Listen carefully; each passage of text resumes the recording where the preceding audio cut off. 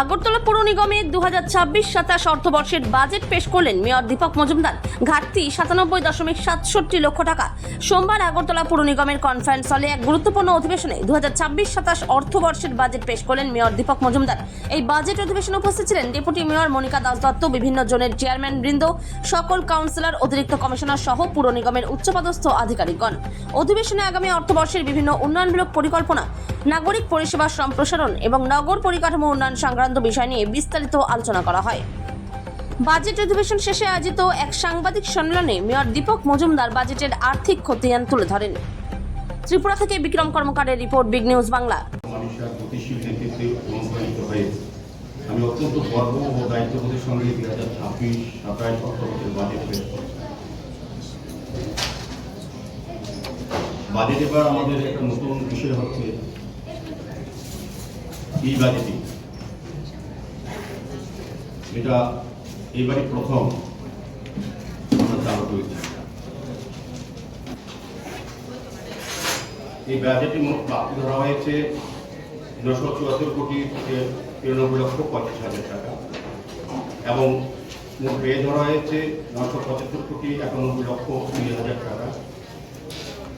এই বাজেট শুধু একটি দলিল বা পুস্তক নয়, এটি একটি রূপান্তরমূলক গভর্নমেন্ট যা আগরতলাকে একটি আধুনিক, টেকসই এবং নাগরিক শহরে পরিণত করতে পারে। এই বাজেটে আমরা অবকাঠামো উন্নয়ন এবং মূলধনী ব্যয়ের উপর সর্বোচ্চ গুরুত্ব দিয়েছি। মোট ব্যয়ের মধ্যে 826 কোটি 35,43,000 টাকা মূলধনী খাতে খরচ করা হবে, যা আমাদের দীর্ঘমেয়াদী উন্নয়নের প্রতি অঙ্গীকারকে প্রতিফলিত করবে। একই সঙ্গে আমরা আর্থিক শৃঙ্খলা বজায় রেখে মাত্র 97,67,000 ঘাটতি বাজেট ব্যয় করছি। 97,66,000 টাকা।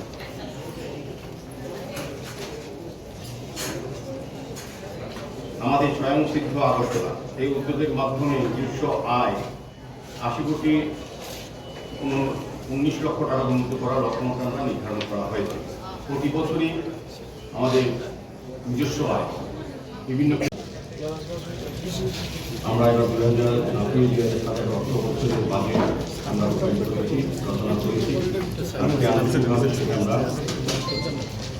আজকে আমাদের আপনাদের জানা আছে যে আমাদের আগরতলা মেট্রো কর্পোরেশন ভারতীয় জনতা পার্টির নেতৃত্বে 2021 সালের 8 ডিসেম্বর আমরা দিয়ে আগরতলা শহরকে সুন্দর করা, প্রাথমিক আগরতলা হিসেবে তৈরি করার ক্ষেত্রে আমরা কাজ লাস্ট বাজেট পেশ করা হচ্ছে আমাদের এই সদস্য। তো আমরা বিগত 4 বছর প্রতি বছরই অর্থ বছরে আমরা বাজেট তৈরি করি। আগরতলা শহরবাসীর বিভিন্ন সমস্যাকে সামনে রেখে সমাধানের জন্য